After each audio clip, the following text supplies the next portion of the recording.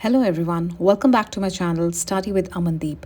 Today we are going to begin an interesting and meaningful chapter from your Class 9 English book KAVERI, The Potmaker by TEMSULA. This chapter beautifully captures the life of a simple potter and highlights the dignity of labor, creativity, and the deep connection between human beings and their craft. To understand this chapter, stay tuned till the end of this video. And before we begin, don't forget to like, share, and subscribe to my channel. Now let's start the chapter, The Potmaker by TEMSULA. Today we are jumping into a really powerful story about a gift passed from a mother to her daughter. A gift that for one of them is pure joy and for the other is just a source of immense pain. So let's start with a question. What happens when the one thing you dream of doing is the very thing that caused your mother a lifetime of suffering? That's what we are digging into today's story.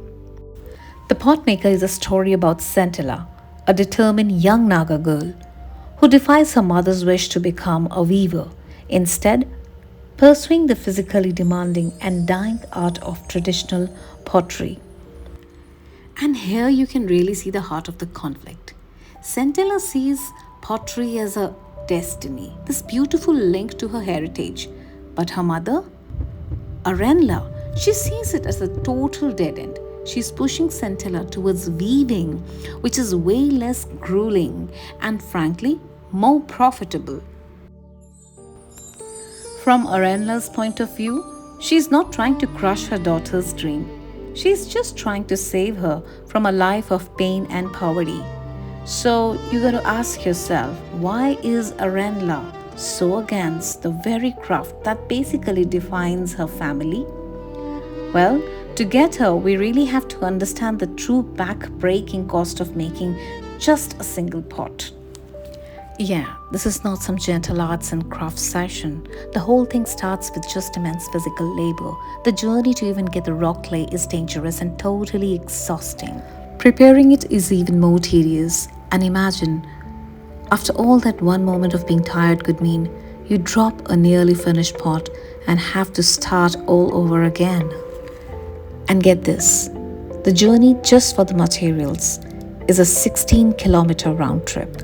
Think about that, a long track followed by a climb down a sheer cliff, digging out heavy wet clay and then hauling all the way back home. That's the reality behind every single pot. This quote from Arenla, it just says it all. The music that Centilla hears in the workshop of her mother, that's the sound of an aching back and pure exhaustion. The art is a burden. It's a thankless job that pays next to nothing.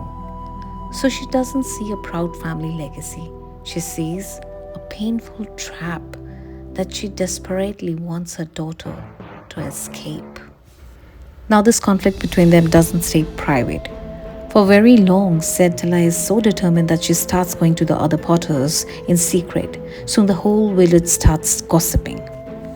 You know how it is? Words get around and people start to get worried. They see this as more than just a family squabble. They are afraid that if a master potter like Arenla refuses to pass on her knowledge, a really important piece of their culture could just die out. And that worry turns into action. The village council actually gets involved.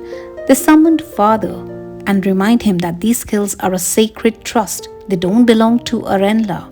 They belong to the whole community, and it is her duty, her obligation to pass them on.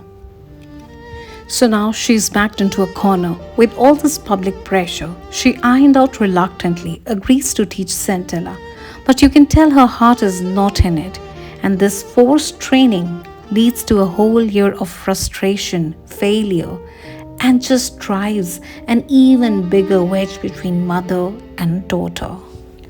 Okay, so since she can't learn from her resentful mother, Centilla's journey takes a crucial turn. She finds a new mentor, a kind widow named Oniola, who is about to change everything. So Oniola, She would literally just sit in a corner of the workshed and watch Centella struggle. She would watch her fail over and over without offering a single word of guidance or encouragement. It was basically a lesson in frustration. But then there is on a lot. She's supervising a girls' dormitory where Centella is staying and she sees things differently. She watches Centella's clumsy attempts one night and immediately realizes the problem isn't the lack of talent at all. And the difference between these two is just day and night. Orenla just show off her own skill, which made Centella feel worse. But Oniola, she saw the real issue. Centella was way too tensed.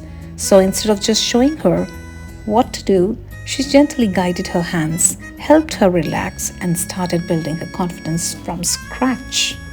With these simple, encouraging words and a little hands-on help, Oniola does what Orenla couldn't or wouldn't do it in an entire year.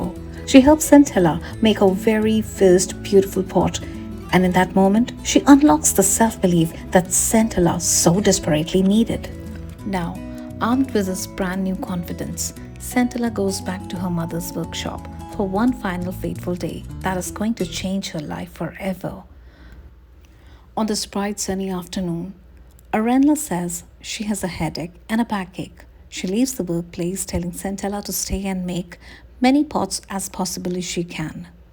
It almost feels like a challenge, right like a final test. And then, all alone in that shed, something just clicks.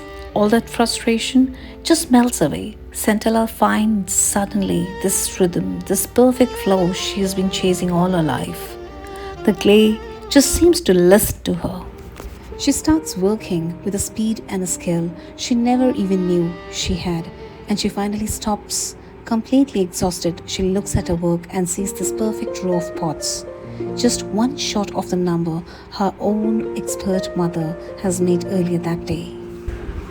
So she rushes into the house excited to share this incredible breakthrough, but she finds her mother lying lifeless on the floor in the exact moment of her own artistic birth. Her mother has died, and her first words aren't of pride but of apology, as if her new skill was a kind of betrayal. This is the moment. It all comes together. Onila sensing something is different, and what she sees is incredible. There are two rows of pots, Orenla and Centella side by side. They are perfectly matched. You literally can't tell them apart. The student had tragically and beautifully become the master. And so the story leaves us with this really haunting question was central. A sudden breakthrough was just about confidence and technique finally falling into place? Or was it something more? Maybe her mother's passing was a final, unspoken act of letting go, a tragic release that allowed the gift to finally and fully be passed on. That's all for today's video. I hope you understood the story clearly and connected with its deeper message about tradition and change. If you found this helpful, don't forget to like, share, and subscribe to Study with Amandeep. Keep learning, keep growing. See you in the next video.